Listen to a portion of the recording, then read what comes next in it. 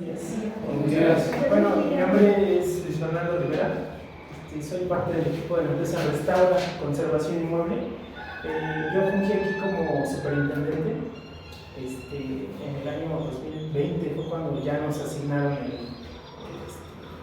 esta tarea, ¿no? de la restauración del templo de Santa María de las Chiritas. Igual por la misma problemática del sismo del 17, ¿no?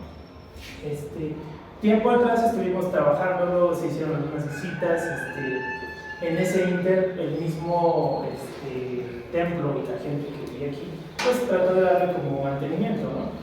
O que no se viera a lo mejor tan trágico lo que había pasado, ¿no? Digo, mucha gente se asustó, no sé si les contaban historias que sí estaban en una misa y ya lo verán en fotos porque ya no se ve físicamente, pero se alcanzó a levantar el primer escalón del altar. Incluso el padre se cayó en el momento. Sí, salieron corriendo y se levantó un poco. Creo que sí dejé una imagen ahí. Entonces sí fue como medio aparatoso, ¿no? Creo que a partir de ahí pues ya no hubo misas hasta después de que acabamos nosotros, afortunadamente ya. Después de que se trabajó, pues ya tuvimos, obviamente el INAH también dictaminó que no había ningún inconveniente en que se volviera a activar las misas, ¿no? Entonces un poquito platicarles, ya lo verán físicamente, que creo que está interesante, aunque ya aquí traté de poner fotografías del antes para que pudieran ver cómo lo encontrábamos, ¿no? Estas son de las primeras fotografías que estaban. Pareciera que no eran, digo, en realidad sí hay inmuebles que se dañaron muchísimo más, ustedes lo deben de haber sabido, ¿no? Inclusive acá en Pixca, ¿no? Sobre todo. Aquí pareciera grietas que podrían ser como muy aparatosas para algunas personas, o no, digo, tampoco son para menospreciarlas, pero sí existían temblores muchísimo más graves, ¿no? Viene alguien, si quieren. No, gracias.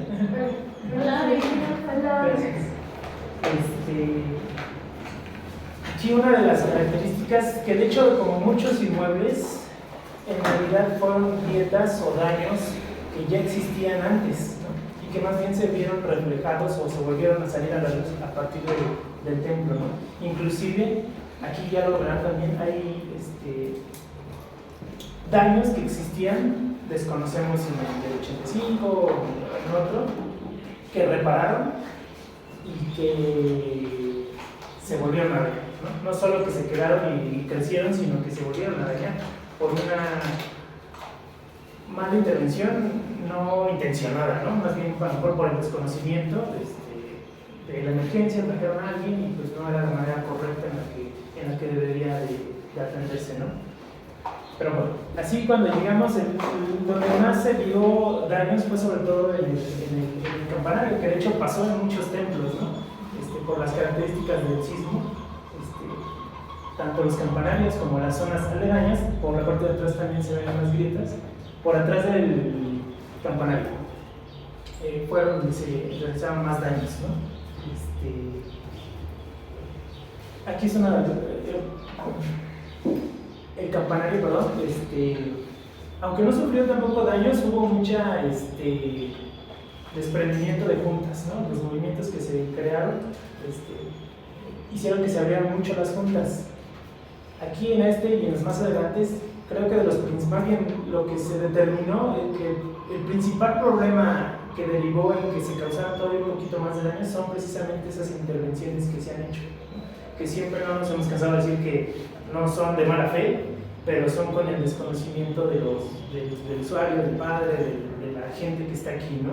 Y el principal daño en como muchos inmuebles, pues fue el concreto, la pintura vinílica y algunas resarcimiento de daños me han dicho que también fueron con concreto, ¿no? O con acero en otros casos. Aquí no hubo acero, pero de cualquier manera, aquí este ejemplo tiene muchos parches de concreto en algunas molduras y muchas capas de pintura, ¿no? Entonces, que son consecuencias por ejemplo, si hubo un movimiento, se termina abriendo juntas, entra el agua pero la capa de la pintura es como una bolsa. Entonces entró el agua y se quedó concentrada la pintura en toda esa zona. Y entonces con el paso del tiempo, pues desde el 17 al 20 que no se intervino, entonces empiezan como daños colaterales, digamos, del sismo, ¿no? Y así pasan en muchas cosas, ¿no? Que no es porque el movimiento haya tirado algo, ¿no? Sino fue la consecuencia. Se hicieron grietas que no se atendieron, entra la humedad, se crean flora parásita que terminan reventando las piedras o los elementos por las raíces tan profundas que entran, ¿no? Entonces, eso pasó mucho, ¿no? Después de varios años que se hayan logrado atender, ¿no? Estas son las grietas, ¿no? Aquí, en este caso, en este templo, sí hubo una intervención de un estructurista, de la empresa Colinas de Buen, que es muy reconocida por tener conocimiento en inmuebles históricos, digamos, tiene que ser más especializado. Se revisó y no había, digamos, estos movimientos ya vienen de más atrás, ¿no? O sea, de la naturaleza del terreno, ¿no? Se hablaba de que era una zona, bueno, el Xochimilco es una zona muy húmeda, pues, pero en esta zona en particular pareciera que se concentraba más todavía, ¿no? Al final se determinó y se hizo un dictamen que también está registrado en los antecedentes, que no había un problema estructural que fuera a venirse, ¿no?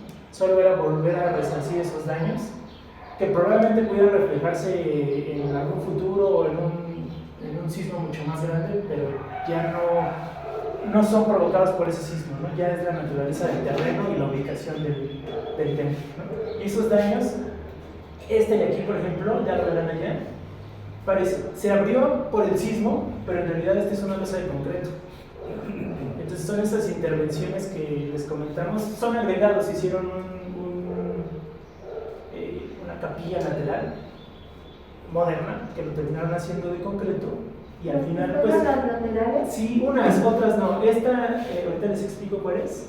A la hora que hicimos una cala en la azotea, porque se había abierto la impermeabilización, había que atenderlo, pues se determinó que era una bóveda, pero de concreto. Entonces los materiales no son compatibles, ¿no? El concreto y la mampostería. Al final esto siempre se va a seguir reflejando, ¿no? Será cuestión de mantenimiento, sobre todo la humedad, ¿no? A lo mejor puede estar esta junta siempre, lo importante es revisar que siempre tengan protegida la parte de arriba, ¿no?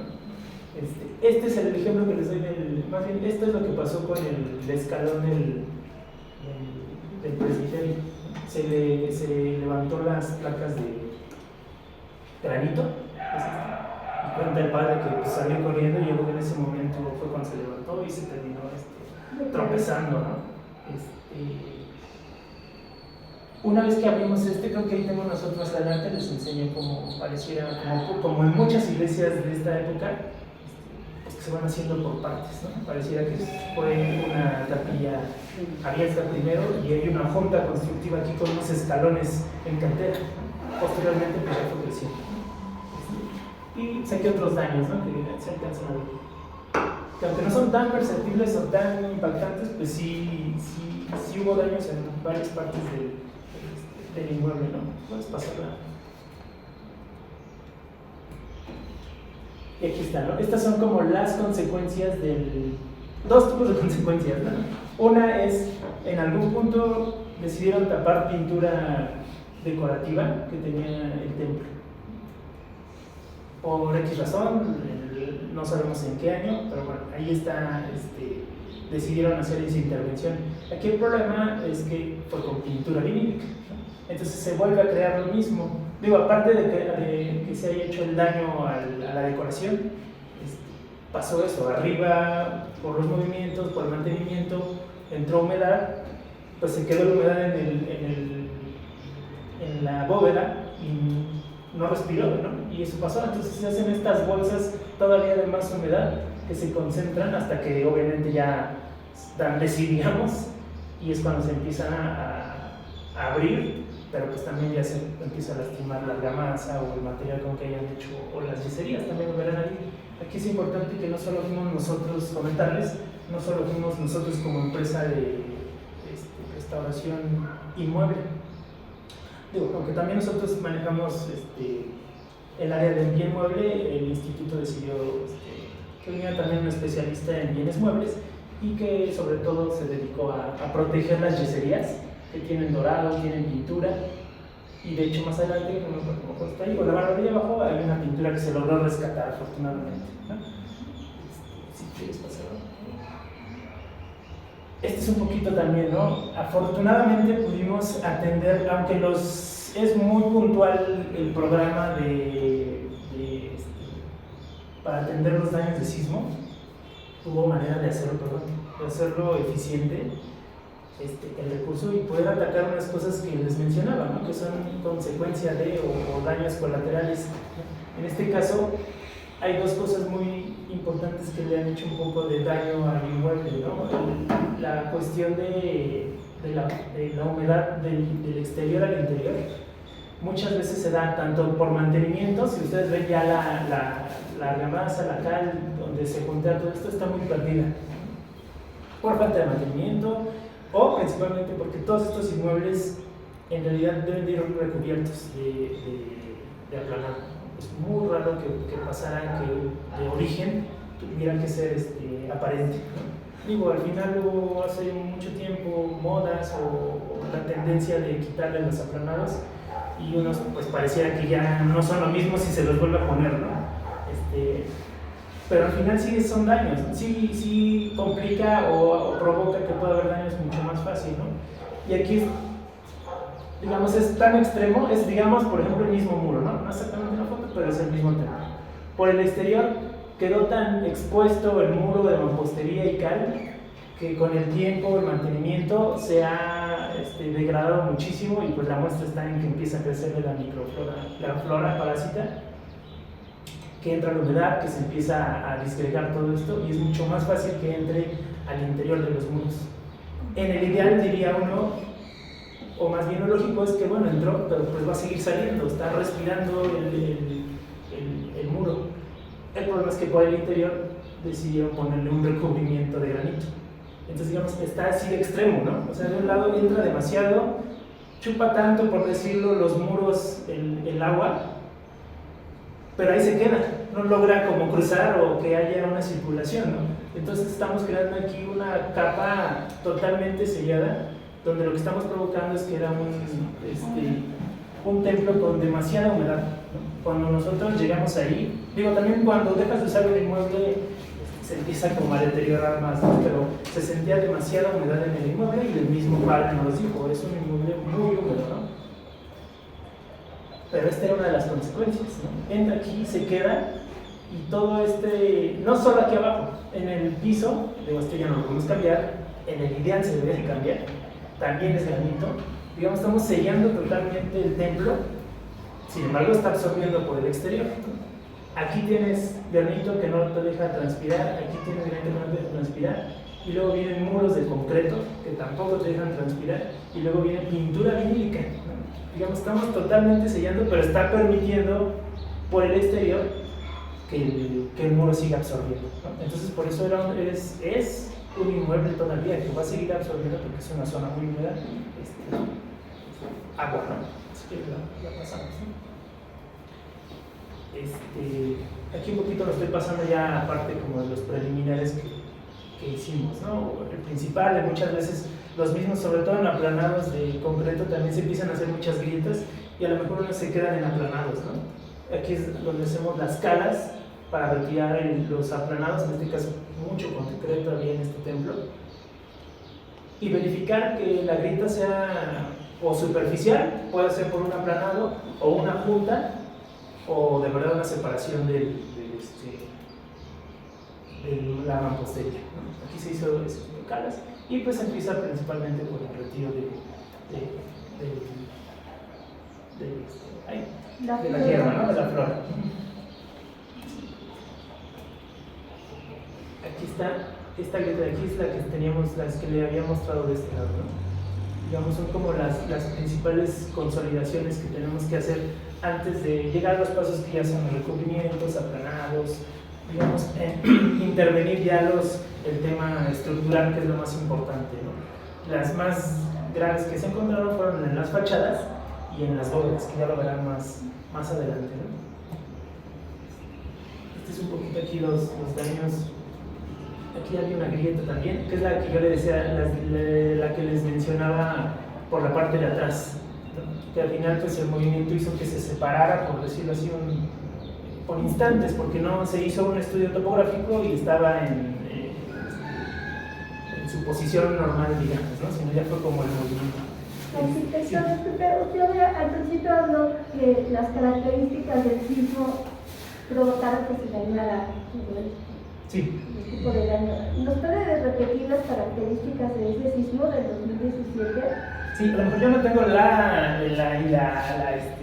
así como la precisión, pero digamos, los estructuristas eso nos mencionaban, ¿no? Que sobre todo las alturas en los campanarios, o sea, la diferencia del nivel ya, digamos, de este hacia arriba, una especie de látigo, digamos, a lo mejor yo lo digo en palabras más,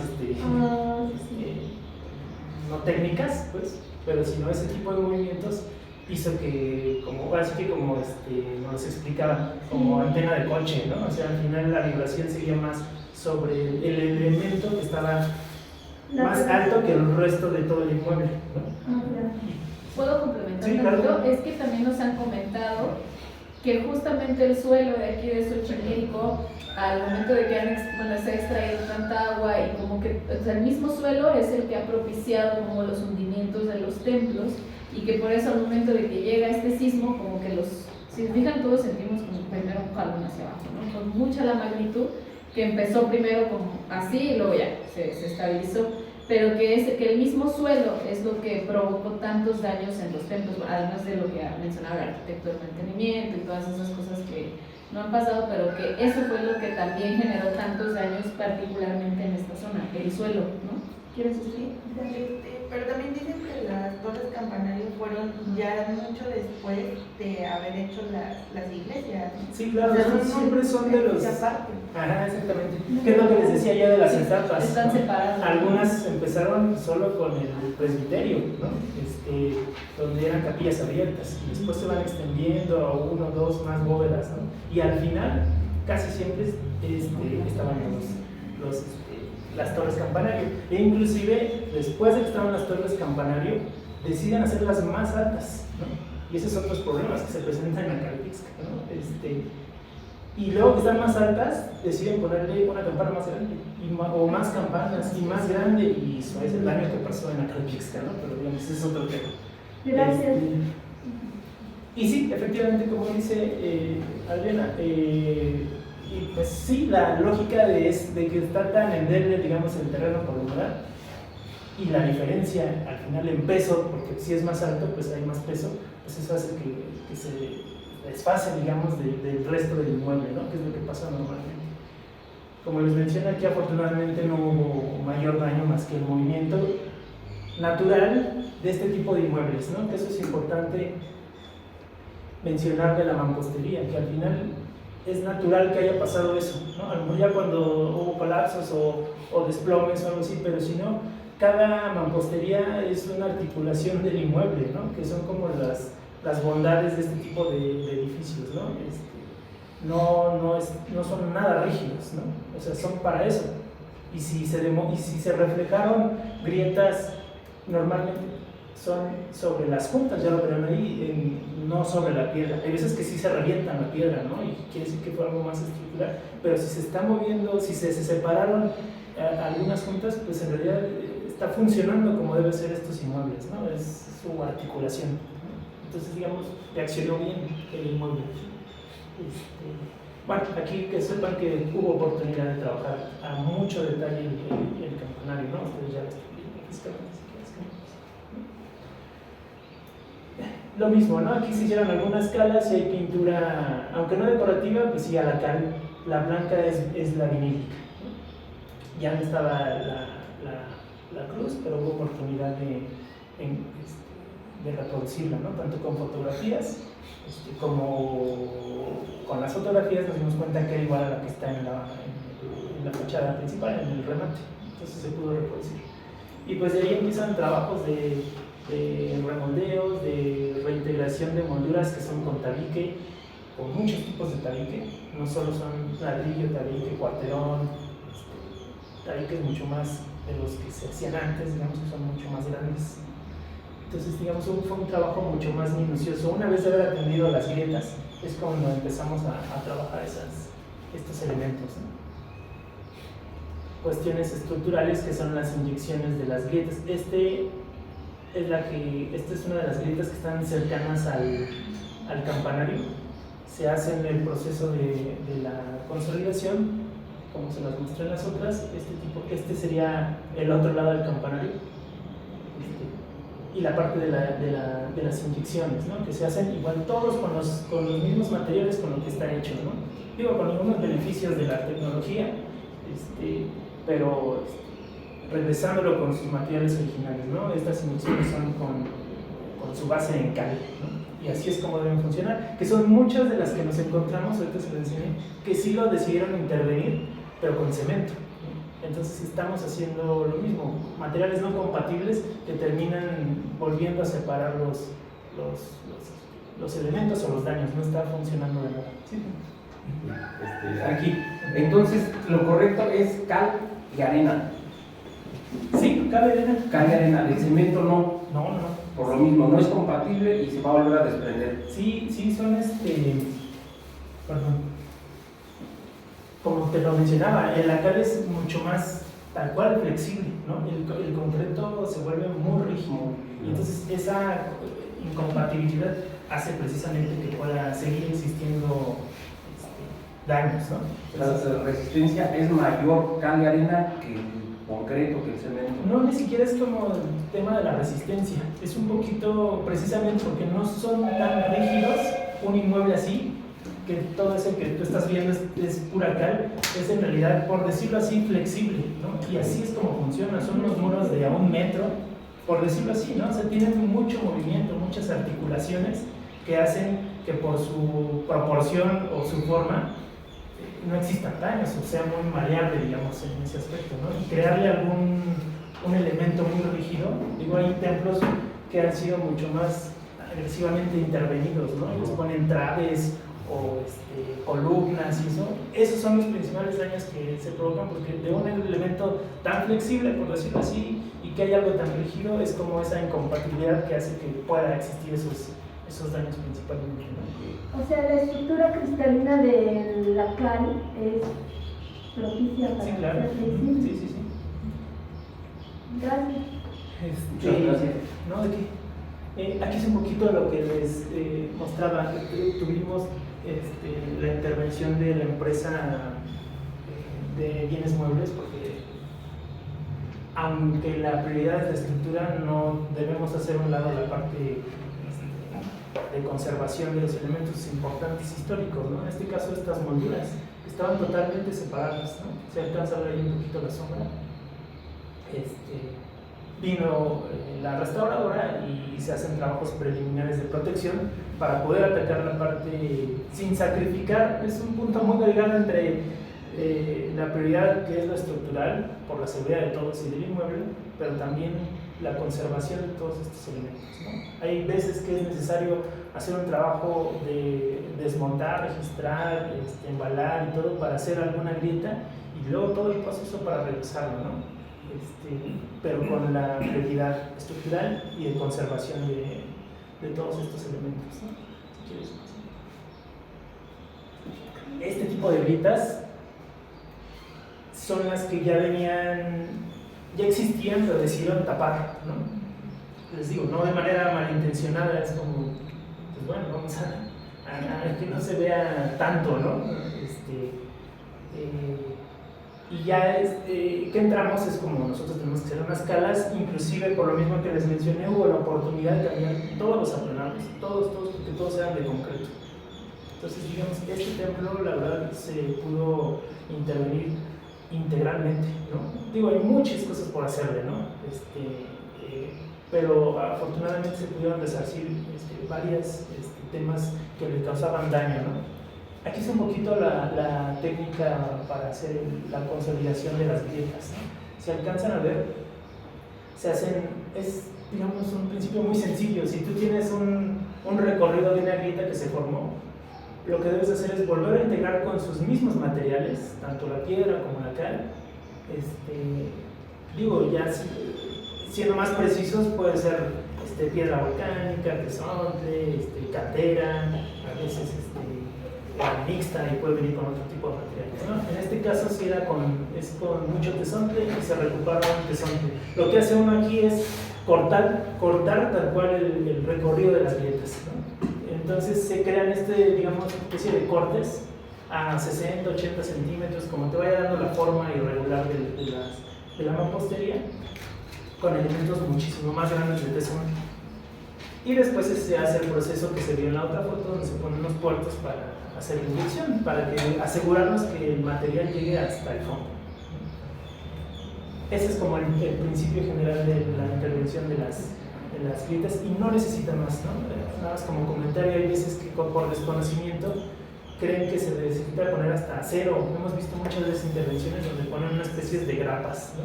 El acero todavía es peor porque tiene mucha oxidación y el óxido sobre la cantera y la cal pues causa todavía muchísimo más daños. Este es el presbiterio, precisamente lo que les mencionaba. Pareciera digamos, no se aterrizó totalmente, pero se podía determinar un poco que pudiera ser como una primera etapa del templo, ¿no? Con un escalón aquí de piedra también, que pudiera haber sido una capilla abierta normalmente. Y esta junta natural constructiva que hubo, pues fue la que provocó al final estas placas tan grandes de granito. Lo único que pasó es que por el movimiento natural, que estuvo bien, pero algo tan rígido como esas placas hizo que se levantara, ¿no? Sería más aparatoso, pero lo único que hizo fue botar el piso, ¿no? En realidad el terreno estaba en perfectas condiciones, pero bueno, se hizo el retiro y se quitó para poder corregir este tropezón que se hizo, ¿no? Esto es un poquito lo que les mencionaba, todas las intervenciones que han habido, ¿no? Unas con sillares, pareciera que aquí había una ventana originalmente, con tabique, tabicón. Ahí pues hay que determinar muchas veces si es viable o no hacer una sustitución, o si al final termina trabajando de manera correcta. A veces hace uno más daño queriendo revertir algunas cosas, ¿no? En este caso trabajó bien ese tipo de material mixto que decidieron ponerle, entonces solo se tendió una grieta que estaba aquí y se reintegró con un aplanado a la cal, ¿no? Y siempre tratando de conservar con mucho cuidado todas estas molduras que ya existían. Es un detalle del que les decía, aquí están desprendidas, y este es trabajo del que algunas piezas ya tenía el padre que se habían caído y afortunadamente las guardó. Todas se fueron las que se pudieran recuperar, o se hicieron reproducción de algunas molduras, ¿no? Pero siempre respetando estos elementos, ¿no? Esto es parte como de los trabajos que hacían la restauradora apoyándonos, ¿no? Esto es lo que yo les mencionaba. Aunque hay un tema estructural aquí, había que determinar en conjunto con el INA, con la restauradora, con nosotros, con el estructurista, un equipo multidisciplinario, para saber hasta qué punto se podía rescatar o no sacrificar estas molduras por temas estructurales, ¿no? Afortunadamente se pudo rescatar, ¿no? Digo, son decoraciones muy sencillas. Ustedes deben conocer templos con mucho más decoraciones más grandes, digamos. Aquí es muy sencillo, son unas franjas, tiene ahí unas pequeñas hojitas, me parece, pero afortunadamente se logró retirar la pintura y volver a rescatar esta pintura. Y bueno, un poquito ahí ya de lo que les mencionaba, todo afortunadamente pudimos quitar los aplanados de concreto que había, y rodapié que ustedes veían estaba en todo el templo, a todo lo largo, ¿no? Se logró quitar, y ya aquí está el proceso de la reintegración de los aplanados. Digo, en el ideal sería quitar el piso también de granito, ¿no? Y poner uno mucho más permeable, ¿no? Pero bueno, ya es una gran ganancia esto, ¿no?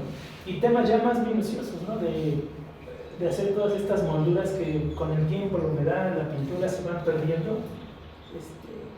Ya entra a la mano de nuestros trabajadores, pues, más delicados o especialistas en ese sentido, ¿no?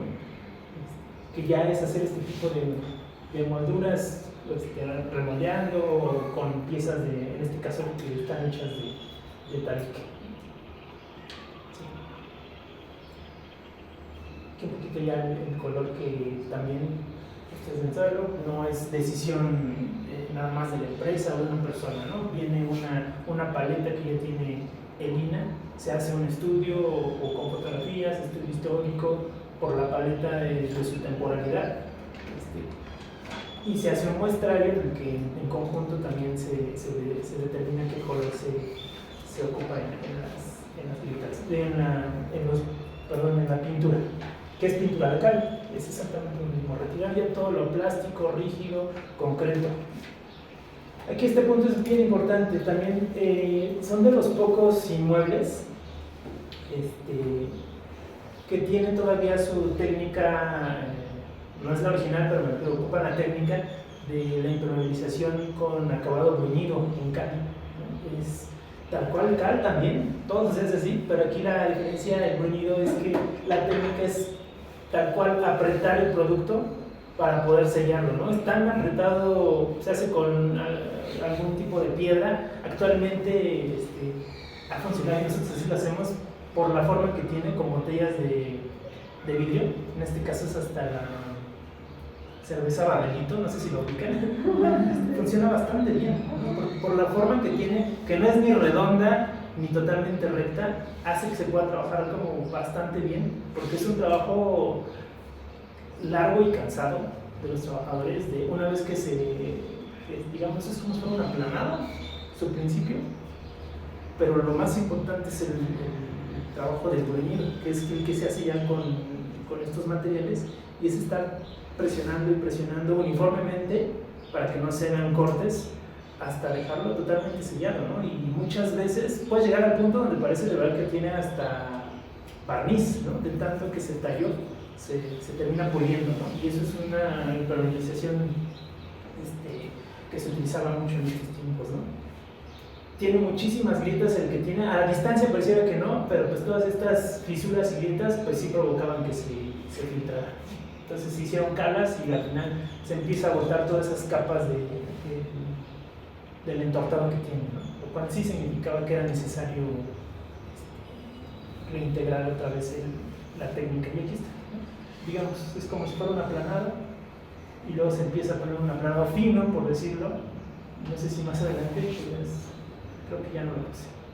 Pero bueno, digamos, en este punto, o ustedes se han subido o si subimos, pues verán como ya lo pueden sentir y ya es un aplanado, por decirlo así, bruñido, que bueno, es un bruñido, pero es muy fino, ¿no? Y provoca tal cual que no logre que el agua entre al inmueble, ¿no? Y bueno, pues ahí viene un proceso de mantenimiento que pues es el mayor problema de estos inmuebles, ¿no? Que es muy complicado que pueda haberlo, ¿no? Inclusive aquí cuando llegamos, pues era ya la perrera, ¿no? Tenían como 10 perros, ¿no? Arriba, entonces estaba así llenísimo de excremento de animales, maltratado, todo. Los orines pues son muy dañinos, ¿no? Para este material. Y pues un montón de cohetes, de basura de cohetes que provocaba que las bajadas no funcionaran bien, entonces se concentra el agua, ¿no? O sea, también es cuestión de mantenimiento o del uso que le das, ¿no? También porque digo, no, que era feo que los perros estuvieran ahí, porque como aparte es blanco, es la cal natural, refleja muchísimo el sol, ¿no? Hasta los perros porque tenían como daños en los ojos, o sea, como de tanto que reflejaba el sol. Pero bueno, afortunadamente también se pudo tocar el 100% de la cubierta con el acabado bruñido. Por ahí nada más para que ustedes puedan ver la reintegración de la cruz, que es una reproducción de la que está en el remate de la fachada principal. Un poquito el proceso ahí de la pintura, que es lo mismo, todo es a base de cal. Entonces estamos permitiendo que ahora sí que respire el edificio, ¿no? Aunque todavía tiene, digamos, ese sello en el piso, pero ya el hecho de que estos muros que están tan vulnerables de recibir tanta humedad que se concentra y al final por el interior, ustedes lo verán, no he entrado ahorita, pero lo más seguro es que tenga un poco de humedad, lo cual es normal en la parte baja, pero no crea salinidades, no crea otro tipo de daños, simplemente está circulando el agua que es inevitable quitarla en esta zona, en la ciudad en general, pero digamos ya está circulando, ¿no? como debería ser y podría ser mejor, ¿no? Inclusive me parece que tienen concreto también en los pasillos por fuera del inmueble. Si fuera un terreno natural o un elemento también permeable, todavía hay maneras de ayudarlo muchísimo más al inmueble, ¿no?